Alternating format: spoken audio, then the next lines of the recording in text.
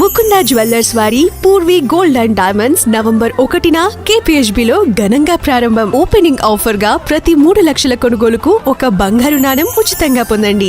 నమస్తే మేడం. నమస్తే మేడం, చాలా వరకు పిల్లల్లో ఈ రోజుల్లో ఇంట్రెస్ట్ తగ్గిపోయింది. అంటే ఆడుకునే దాని మీద ఎలాగో ఇంట్రెస్ట్ ఉంటుంది పిల్లలకి, అది మనందరికీ తెలిసిందే. కానీ చదువు మీద ఫోకస్ తగ్గింది, అటెన్షన్ తగ్గింది అంటూ పిల్లలు పేరెంట్స్ కంప్లైంట్ ఇస్తూ ఉంటారు. అంటే మెయిన్ చాలామంది పిల్లలు టీచర్ ఉన్నా లేకపోయినా, పేరెంట్స్ ఉన్నా లేకపోయినా చదువుకుంటారు, ఓకే. కానీ కొంతమంది పేరెంట్స్ కానీ టీచర్ కానీ పక్కన ఉన్నా కూడా పద్దాక చదువు లేకపోతే రాయి అని పక్క నుంచి రాపియాల్సి వస్తూ ఉంటుంది.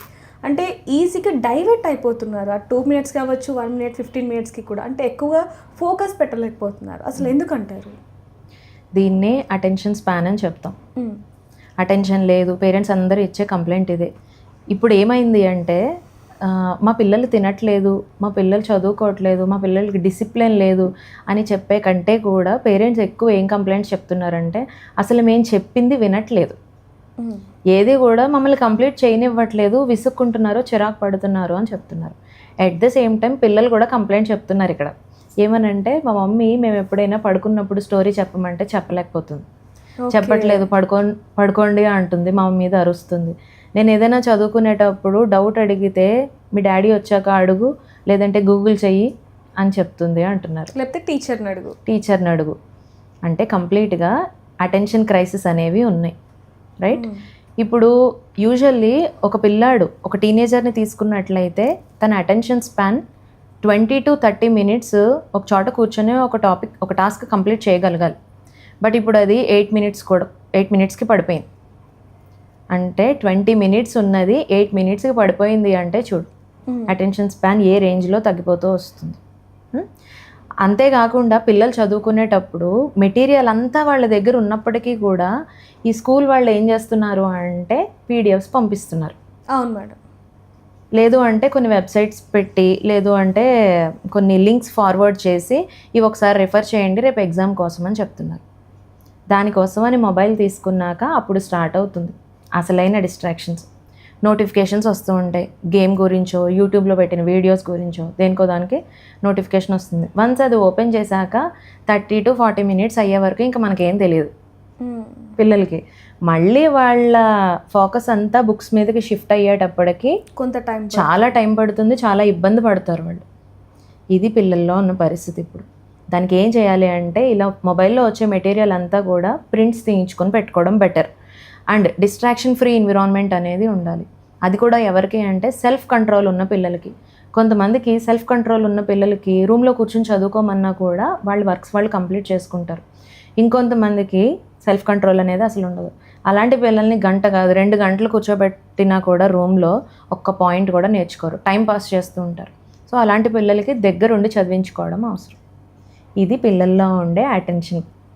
దీన్ని పేరెంట్స్ ఏ విధంగా ఇచ్చేయాలంటారు? పేరెంట్స్లో ఉండే ఇష్యూస్ ఏమున్నాయి అంటే వాళ్ళు అసలు ఎంతమంది పేరెంట్స్ పిల్లల్ని చదువుకోమని చెప్పి వాళ్ళు కూడా పక్కన కూర్చొని ఒక బుక్ తీసుకొని చదవడం, లేదంటే రాయడం, లేదంటే వాళ్ళ వర్క్ వాళ్ళు ఏదైనా చేసుకోవడం ఎంతమంది చేస్తున్నారు? ఎవరు చేయట్లేదు. అండ్ పడుకునేటప్పుడు, భోజనం చేసేటప్పుడు ఫోన్ చూడొద్దు అని పిల్లలకి మనమే చెప్తాం, కానీ ఎంతమంది పేరెంట్స్ అది ఫాలో అవుతున్నారు? ఎవ్వరు చేయట్లేదు. 95% ప్రతి ఇంట్లోనూ జరిగేది ఇదే.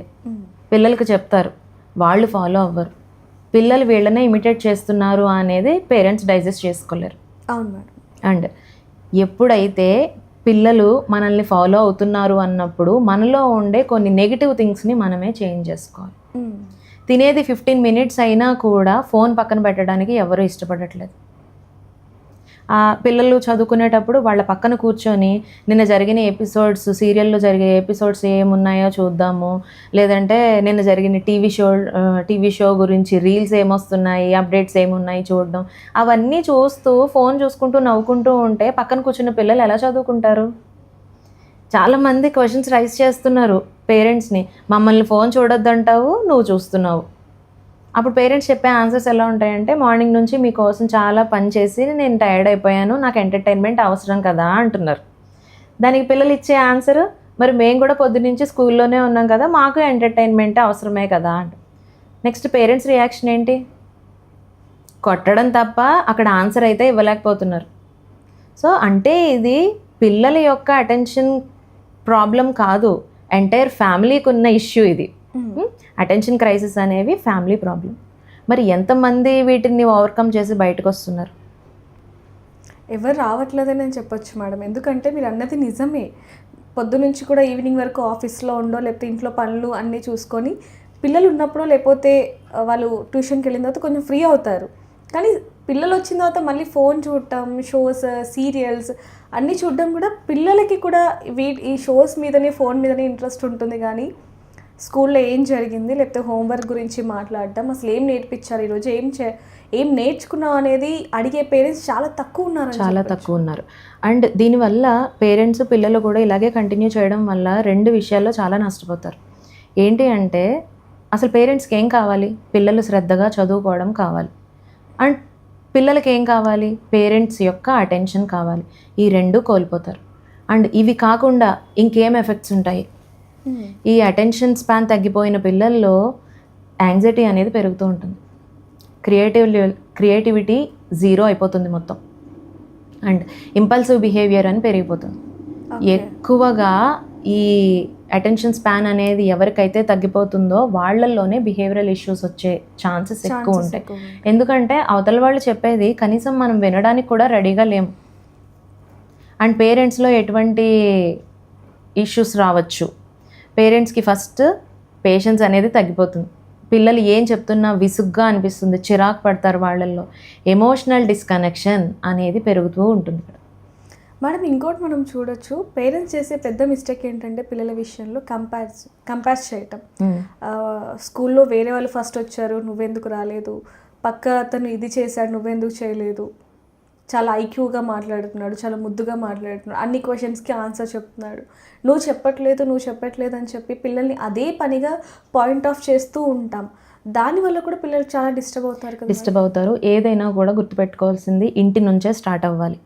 మన నుంచి, నా నుంచి స్టార్ట్ అవ్వాలి. ఏదైనా అందరూ ఇలాగే అనుకోవాలి. అలా అనుకుంటేనే రిజల్ట్ కనబడుతుంది.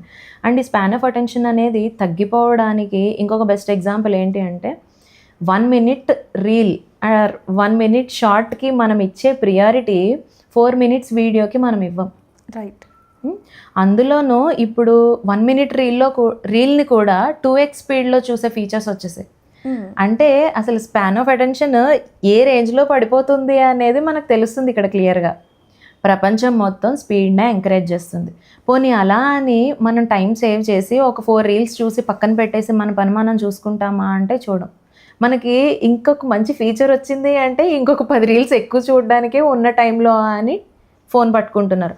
ఆల్మోస్ట్ 30 to 40 minutes అయిన తర్వాత అప్పుడు గుర్తొస్తుంది మనం ఒక పనిలో ఉన్నాము, ఆ పని నుంచి డిస్ట్రాక్ట్ అయ్యి మనం ఈ పనికి వచ్చాము అని. అక్కడ అదే కంటిన్యూ అయితే అక్కడ ఇంకొక డిజార్డర్ ఏంటది? ప్రోక్రాస్టినేషన్. పనులన్నీ ల్యాగ్ చేసుకుంటూ అన్నీ పెండింగ్ పెట్టుకుంటూ వెళ్ళడం, అది కూడా డిజార్డరే. ఇన్ని ఇష్యూస్ వస్తున్నాయి అంటే ఇక్కడ మనకు అర్థమైంది ఏంటి? Attention span or attention crisis అనేవి పిల్లల్లో మాత్రమే లేవు. ఇది ఫ్యామిలీ ప్రాబ్లం. ఫ్యామిలీ అందరూ కలిస్తేనే దీన్ని సాల్వ్ చేయగలరు. నిజంగానే ఒక చిన్న మిస్టేక్ ఇంత పెద్ద ఫ్యామిలీ మొత్తాన్ని డిస్టర్బ్ చేస్తుంది అనేది చాలామందికి తెలియదు మేడం. అందరికీ కూడా ఈ వీడియో ఒక లెసన్ అవ్వాలని చెప్పి నేను కూడా కోరుకుంటున్నాను. Thank you ma'am. Thank you so much. Thank you. For more videos like this, subscribe Big TV channel.